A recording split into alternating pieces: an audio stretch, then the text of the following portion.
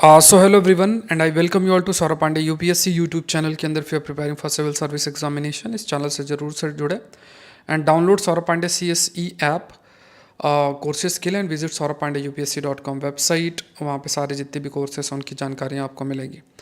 तो let's start this topic. पहली चीज़ तो आपको देखना है ये वीडियो किस पर्पज़ के लिए है। तो एलिमिनेशन ट्रिक्स, इस पर हमेशा से डिस्कशन होता रहता है और ये एलिमिनेशन जो ट्रिक्स हैं इनका जो उपयोगिता है उस पर हमेशा से प्रश्न चिन्ह लगते रहे। क्या यूपीएससी में एलिमिनेशन ट्रिक्स को अप्लाई किया जा सकता है कि नहीं किया जा सकता है। पिछली बार एक ट्रेंड माइंड में ज़रूर से चला था कि क्योंकि जो क्वेश्चन पूछने का पैटर्न है उसमें बदलाव आया था। जैसे कई सारी चीज़ें आज के जो 2023 में इंट्रोड्यूस की गई थी, जैसे how many of the above statement, इस टाइप से चीज़ें की थी जिससे कि जो एलिमिनेशन ट्रिक्स हैं वो अप्लाई होना बहुत मुश्किल हो गया था। लेकिन फिर भी जो ये ट्रिक्स हैं इन चीज़ों को हम अप्लाई कर सकते हैं। लेकिन हमेशा एक चीज़ माइंड में हमेशा से रखना, पहली चीज़ तो आपको ये माइंड में रखना है कि ये जितनी भी ट्रिक्स और चीज़ें बताई जाएंगी जो मैं आपको, क्योंकि पेपर 2023 का ही पेपर है और इसमें मैं अभी आपसे जो डिफरेंट एस्पेक्ट हैं, डिफरेंट क्वेश्चन में किस तरीके से अप्लाई किया जा सकता है वो एक एक करके डिस्कस करूँगा। पूरे के पूरे जो भी क्वेश्चंस हैं जिनमें भी अप्लाई की जा सकती है, क्या क्या लॉजिक है, वो सब मैं आपसे डिस्कस करूँगा। लेकिन पहली चीज़ आपको ध्यान में रखना है कि ये जितने भी एप्लीकेशन आप करोगे ये नॉलेज पर बेस्ड होगा। इट इज़ बेसिकली नॉलेज पर, like you have to use it. अगर आपने अच्छी तरीके से प्रिपरेशन कर ली है, PIQs कर लिए हैं, चीज़ों को कवर कर लिया, तब आप इनको अप्लाई कर लेंगे। ऐसा नहीं कि मैंने आपको 1 2 3 4 करके कोई पॉइंट्स बता दिए और उसको आप चाहो, आप इफ़ यू इमेजिन कि इनको अप्लाई किया जाए और इनको एकदम से आप अप्लाई करना स्टार्ट कर दोगे, इट्स नॉट पॉसिबल। आपको जैसे जो भी टॉपिक्स हम लोग अभी डिस्कशन करेंगे इन चीज़ों को माइंड में रखना है। बार बार आप 2023 के प्रीलिम्स को इन्हीं क्वेश्चंस को देख के इस जो भी मैं आपको लॉजिक अभी दूंगा हर ट्रिक्स के कंटेक्स्ट में, उसको थोड़ा सा एक बार दिमाग में बार बार उसको रिवाइज करना है कि अच्छा इस टाइप से आएगा तो मुझे देखना है कि अच्छा ये आंसर इस तरीके से हम रीच कर सकते हैं। तो स्टार्ट करते हैं।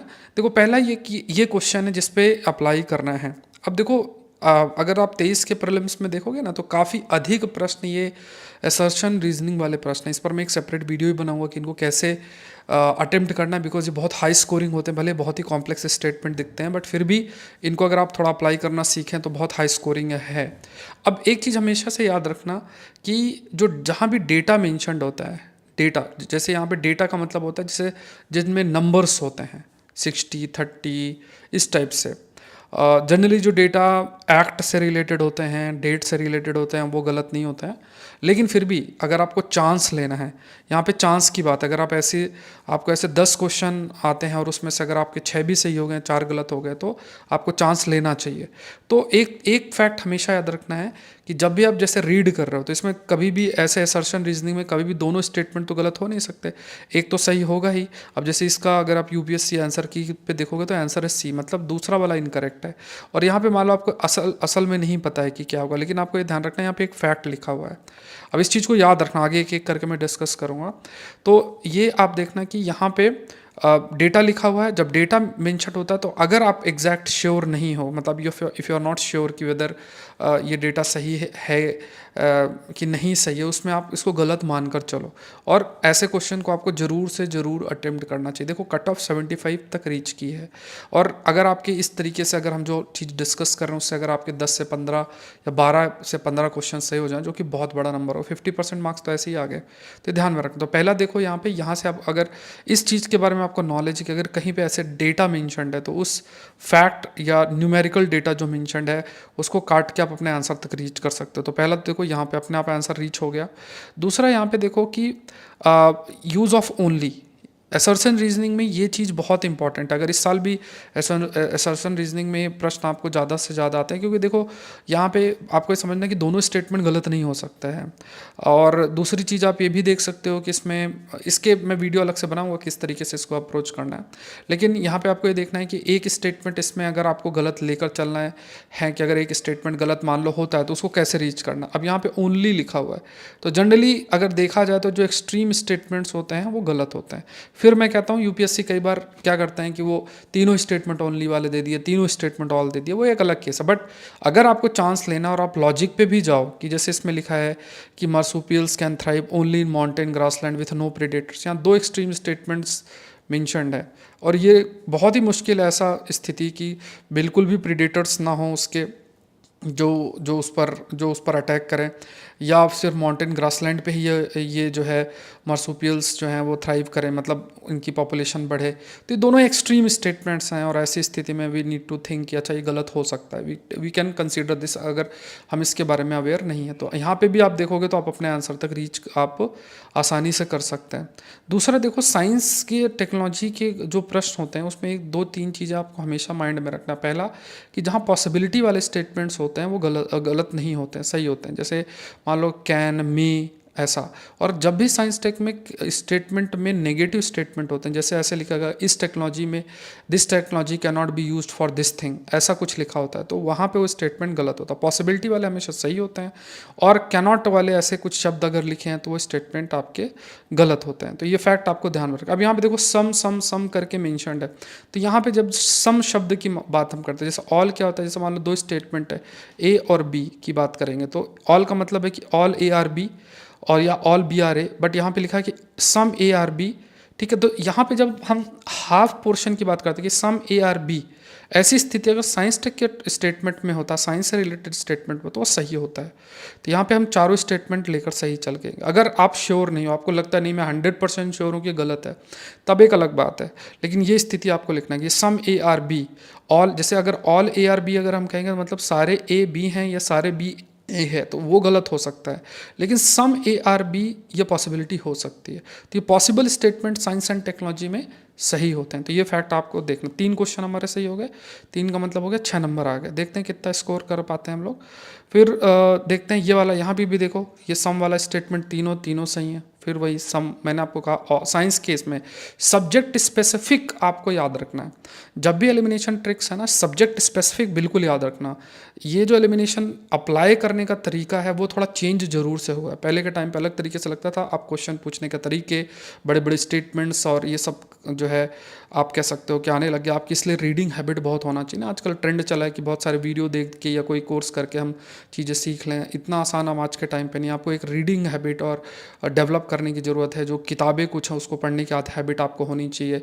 न्यूज़पेपर को आपको फॉलो करना चाहिए, तभी आपका जो माइंड है इतना ब्रॉड हो पाएगा जिससे कि आप ऐसे एडवांस टॉपिक्स के क्वेश्चंस को कवर कर सकते हो।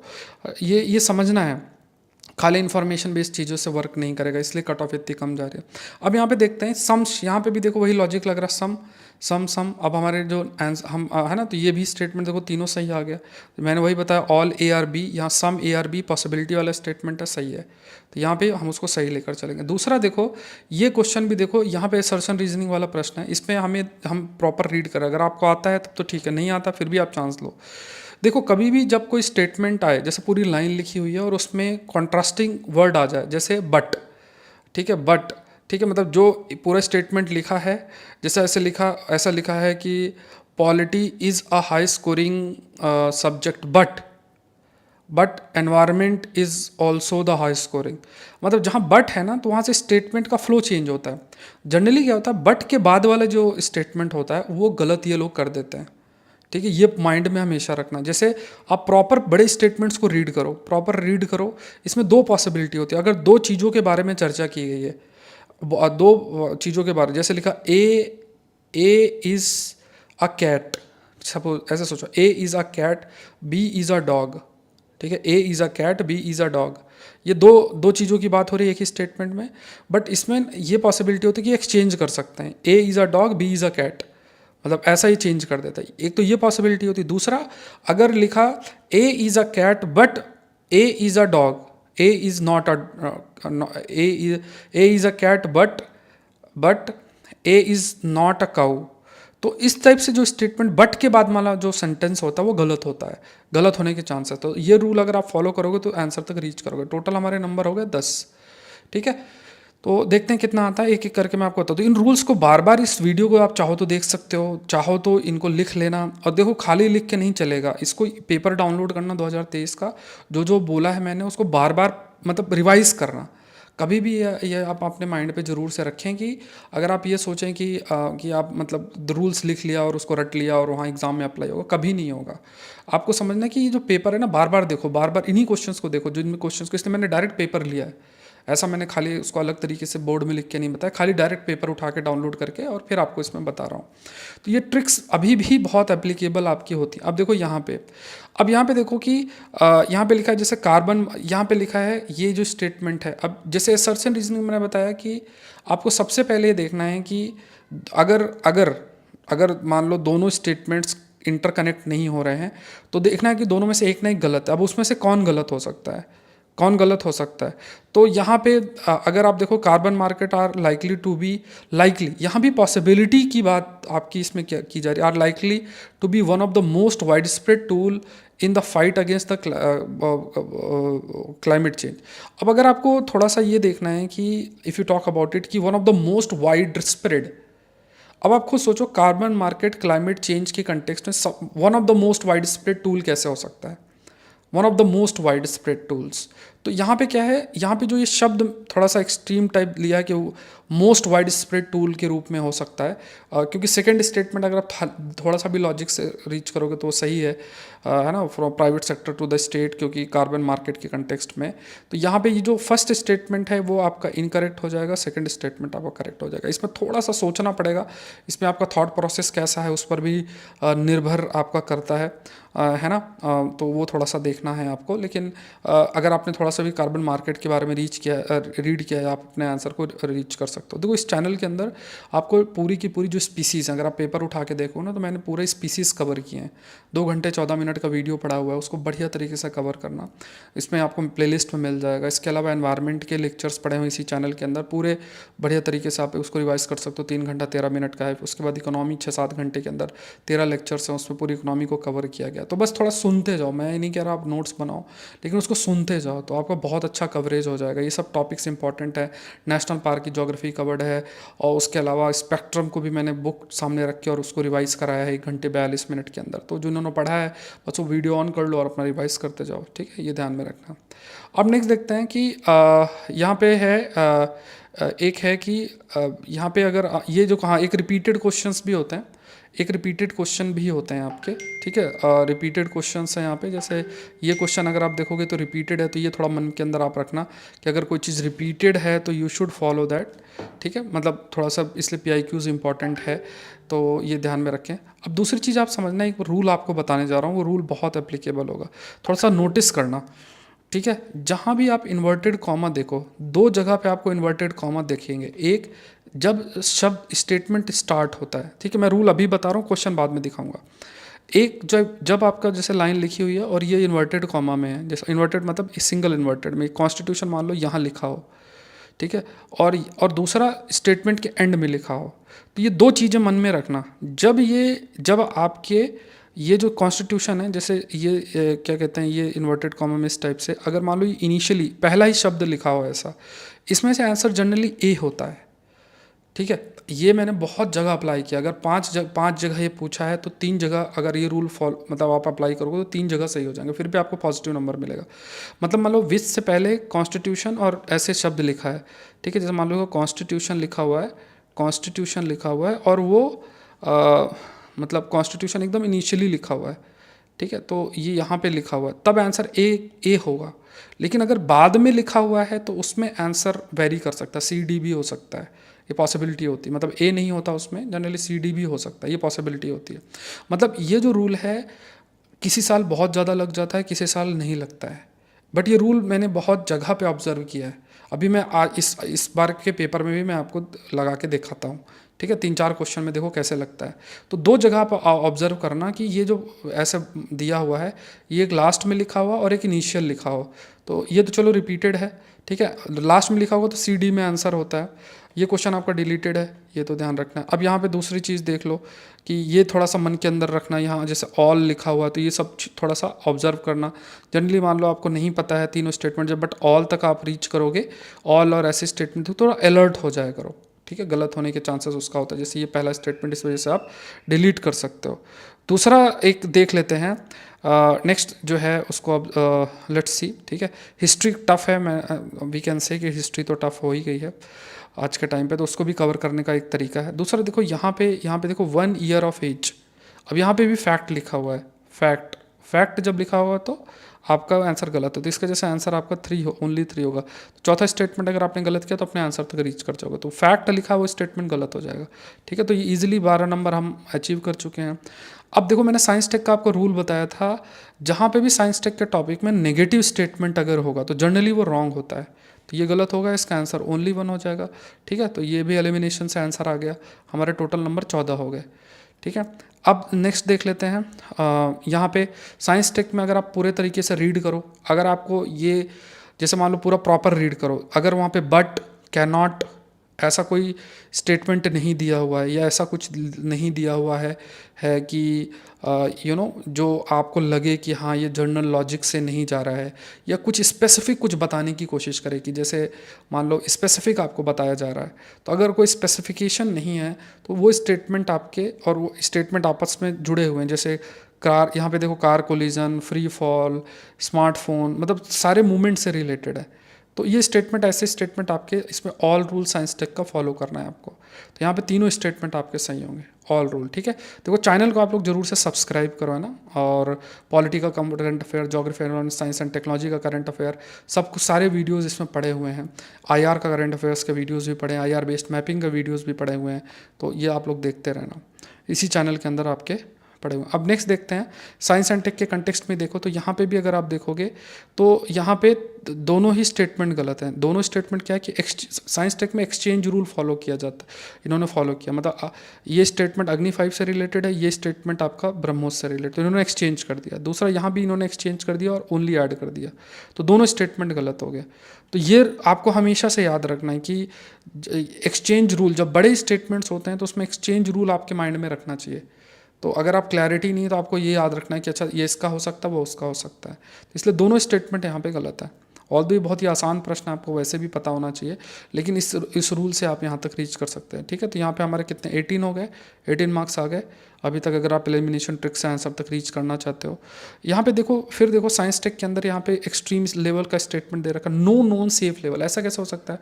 एक सेफ लेवल क्या नहीं हो सकता? एक्सपोजर टू मरकरी जरूर हो सकता है। तो साइंस की स्टेटमेंट की या एनवायरनमेंट साइंस से रिलेटेड जो स्टेटमेंट्स होते हैं उसमें, तो आप यहाँ देखो ये स्टेटमेंट लिखो, no non safe level of exposure. तो अब देखो यहाँ पे अगर भले आपको नॉलेज ना हो, बट बेसिक लॉजिक अगर आप इन चीज़ों को यूज़ करोगे, और मैंने बार बार कहा कि इनका ऐसा आप 1 2 3 करके लिख नहीं सकते हो। आपको सिर्फ क्या करना है कि जो चीज़ें लिखी हुई हैं, ठीक है, उनको बढ़िया तरीके से थोड़ा प्रैक्टिस कर लेनी है, और बार बार पेपर को देखना है। पेपर को बार बार देखोगे तो यू विल अंडरस्टैंड कि अच्छा ये बेसिकली रूल्स हैं जो मुझे अपने एग्जाम हॉल में अप्लाई करना है। बार बार अप्लाई करोगे तो आपसे गलती भी नहीं होगी। तो ये भी देखो, ये स्टेटमेंट गलत हो गया और अपने आंसर तक आप रीच कर जाओगे। ठीक है, तो यहाँ पे देखो 20 मार्क्स हमारे हो चुके हैं। अब यहाँ पे दूसरा देख लेते हैं, ऑल रूल वाला। देखो यहाँ पे ग्रीन हाइड्रोजन में ऑल रूल साइंस टेक का टॉपिक है ना। ग्रीन हाइड्रोजन की अगर एप्लीकेशन की बात करो, एनवायरनमेंट में लोग इन्वॉल्व करते हैं, बट जनरली ग्रीन हाइड्रोजन की वर्किंग के बारे में जब हम देखते हैं साइंस टेक में भी हम इसको, है ना। तो यहाँ पे देखो कैन कैन कैन, जब भी पॉसिबिलिटी वाले स्टेटमेंट्स होते हैं, ठीक है, तो मैंने आपको बताया ना कि जब भी पॉसिबिलिटी वाले स्टेटमेंट हो, जैसे मैंने आपको बताया some A are B, A can be, है ना, इस टाइप के, ठीक है, तो ये पॉसिबिलिटी वाली चीज़ें होती हैं। तो जब पॉसिबिलिटी वाले स्टेटमेंट्स आपके मेंशन्ड होते हैं तो सारे स्टेटमेंट्स वो साइंस टेक में सही होते हैं जनरली। तो ये भी आंसर आपका रीच हो गया, टोटल मार्क्स हो गए 22। फिर देख लेते हैं यहाँ पे, अगर आप अपने आंसर को रीच करना चाहते हो तो यहाँ 10 टाइम्स लिखा है, 2/3 लिखा है, तो ये डेटा है, ये डेटा है, ठीक है। इन दोनों में थोड़ा आपको कन्फ्यूजन हो सकता है, बट ये आसान है। तो आपको पता है COD में आंसर होगा, तो आप अगर थोड़ा सा भी इलेक्ट्रोमैग्नेटिक स्पेक्ट्रम के बारे में NCERT में भी अगर आपने पढ़ा हुआ है, या बेसिक ज्योग्राफी की, या GC लियोंग में, शायद यहाँ GC लियोंग का जो पहला चैप्टर है वेदर वाले पार्ट का, तो जो सेकंड पार्ट का पहले चैप्टर्स हैं, तो उसमें दे रखा पहला ये तीसरा चैप्टर है जिसमें पूरा जो आपका अर्थ के एटमॉस्फेयर के बारे में चर्चा की गई है। तो अगर आपने उसको अच्छे से फॉलो किया है तो आप उससे आपके अंडरस्टैंडिंग के बेसिस में आप रीच कर सकते हैं, बट आपका कन्फ्यूज़न आपके मन में नहीं होना चाहिए। जहाँ पे भी डेटा फैक्ट ऐसा मेंशन्ड वो गलत होता है, तो ये गलत है, ये गलत है, गलत है, तो CD में अपने आंसर तक रीच कर सकते हो। तो हमारे नंबर हो गए 24। ठीक है, तो मैं आपको बताना चाह रहा हूँ कि अगर क्यों जो कई लोग होते हैं ना, तो जो थोड़ा सा चीज़ें सीख कर और फिर अपने आंसर तक रीच कर जाते हैं, तो ये सब यही तरीके होते हैं जिस वजह से वो नंबर को रीच कर सकते हैं। ठीक है, अब जैसे ये है, अब इसमें लिखा the temperature contrast between continent and ocean is greater during summer than in winter. अब यहाँ पे आपको मैंने क्या कहा कि जब कंपैरिजन होता है वो रिवर्स हो सकता है। जैसे बोलेगा A is greater than B, हो सकता है B is greater than A हो। तो ऐसे जैसे रिवर्स स्टेटमेंट को चेंज करना, या फिर अगर किसी को कंपेयर किया जा रहा है, ठीक है, जैसे कहीं लार्जेस्ट लिखा है A is larger than B, हो सकता है B is larger than A हो। तो ऐसे जब कंपैरिजन किया हो तो उसमें रिवर्स कर सकते हैं लोग, ठीक है। तो ऑल्दो ये लॉजिक से बहुत आसानी से आपको पता होना चाहिए, तो ये स्टेटमेंट आप इजीली कैलकुलेट कर सकते हो कि ये गलत है, ठीक है। तो ये आपके आ गए 26 नंबर। फिर आप देखो यहाँ पे भी देखो एक्सट्रीम स्टेटमेंट लिखा कि कहीं भी सी वाटर यूज़ नहीं होता, कहीं भी वाटर स्टेट डिस्ट्रिक्ट में नहीं है, कहीं भी प्राइवेटली ओन्ड नहीं है। तो ये बहुत ही एक्सट्रीम चीज़ है। तो जब आप चांस लेना चाहते हो तो आप इजीली चांस ले सकते हो इसमें। तो ये एक्सट्रीम स्टेटमेंट को गलत मानोगे, आंसर अपने रीच हो जाएंगे, ठीक है। तो ये 28 नंबर हमारे ऑलरेडी हो चुकी। कट ऑफ याद रखना 75 नंबर गई है। अब मैं आपको रूल बताता हूँ, जो मैंने आपको रूल बताया कि जब स्टेटमेंट शुरू होता है और वहाँ ये अगर ऐसे स्टार्ट हो रहा है, ठीक है, और आप एक बार ये देख लेना कि ऑप्शंस तो चेंज नहीं होते, क्योंकि ये रूल तभी लागू होगा अगर सेट ए है। आई थिंक जो यूपीएससी के पेपर में ये नहीं होता है कि ये लोग ऑप्शंस में भी चेंज करते हैं ऊपर नीचे, एक बार मुझे कमेंट सेक्शन में बताना। लेकिन सेट ए है तो उसमें लागू होगा, क्योंकि उसमें ऑप्शंस जो स्टार्टिंग वाले होते हैं वही होता है। तो एक ये रूल याद रखना, वो क्या है, वोलाबेकिया मेथड। वोलाबेकिया मेथड, अब इसमें देखो इन्वर्टेड कॉमा टाइप लगा हुआ है और स्टेटमेंट की स्टार्टिंग में जनरली इसका आंसर ए होता है। ये मैंने बहुत बार ऑब्जर्व किया है, ठीक है, जर्नली देखा जाए तो। अगर आप चांस ऐसा देखो तो अपने आंसर तक रीच कर सकते हो, ठीक है। तो यहाँ पे हो गया आंसर, हो गया हमारा नंबर हो गया 30। अब मैं आपको और करके दिखाता हूँ, इसी में यूपीएससी इसी पेपर में दिखाता हूँ। देखो फैक्ट और डेटा वाला गलत है, डेटा डेटा डेटा गलत है, अपने आंसर तक आप रीच कर गए, ठीक है। 32 नंबर हो गए, ठीक है। यहाँ पे देख लो, ये एरियल मेटाजिनोमिक्स, ये इन्वर्टेड कॉमा, आंसर ए हो गया। फिर दिखा देता हूँ, माइक्रो सैटेलाइट इकोनॉमी डेटा, ये हो गया, आंसर ए है इसका। अब बता दो, 3 क्वेश्चन आपके सही करा दिए। अब आपको मैं क्या बोलूँ इससे ज़्यादा। तो यहाँ पे देखो स्टार्टिंग में 6 नंबर हो गए, तो आप खुद देखो कितने हो गए, 32, 34, 36, 36 नंबर आ गए मेरे, ठीक है। अब अगर यही चीज़ स्टेटमेंट के बाद में होती है तब आंसर वेरी कर सकता है, तब आंसर सी डी में भी हो सकता है, मतलब वो अलग चीज़ हो सकती है। मतलब आपको ऐसे टॉपिक्स में चांस लेने चाहिए, ये मैं आपको कहना चाह रहा हूँ, ठीक है। तो यहाँ पे सी डी में अगर आपको रीच करना तो आपको पता है ए बी में से नहीं होगा, सी डी में होगा। लेकिन अभी चांस की बात है, मतलब इसमें एलिमिनेशन ट्रिक लगेगी नहीं लगेगी अलग बात है। अब दूसरा देखो यहाँ पे, फिर आप देखो यहाँ पे भी पॉसिबल, कैन, पॉसिबल वाले जहाँ भी स्टेटमेंट आपको देखो सही होते हैं। तो यहाँ पे हमारे नंबर हो गए 38 नंबर हो गए, ठीक है। डेटा वाले स्टेटमेंट गलत होते हैं, जहाँ मैंने बताया गलत हो के अपने आंसर तक आप रीच कर सकते हो। तो लोग, पिछली बार था ना, सब लोग शुरू हो गए थे, बोले कहीं एलिमिनेशन नहीं लग रहा है, कहीं एलिमिनेशन नहीं लग रहा है, कहाँ क्यों कितना लोग एलिमिनेशन। अब मेरे 30 नंबर आ चुके हैं ऑलरेडी, ये गलत है, डेटा गलत है, ठीक है। मेरे नंबर 40 हो चुके हैं। कट ऑफ याद रखना 75 हो गए, 75 में से 40 नंबर मैंने ऐसे ही लेकर आ गया, लो एलिमिनेशन से रीच हो गया। तो अब आपको ये देखना है, ठीक है। अब आप नेक्स्ट देख लो।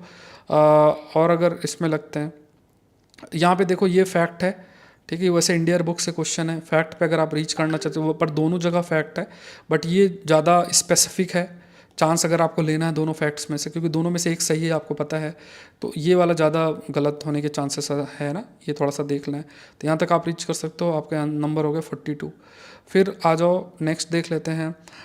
ये तो देखो बेसिक है, बेसिक लॉजिक अगर आप लगाओ कि इसमें कोई एग्रीमेंट साइन किया है, अब उसमें बोल रहे हैं कि पूरा कंट्रोल करना। अब ऐसा कोई कैसे क्लेम करेंगे कि हम ये एग्रीमेंट साइन कर रहे हैं जिससे हम दुनिया को कंट्रोल कर लें, ऐसा तो कौन बोलेगा। मतलब लॉजिक ही समझो, तो अपने आप ये गलत हो गया स्टेटमेंट। बेसिक लॉजिक से आप रीच कर जाओगे, मार्क्स हो गए 44, ठीक है।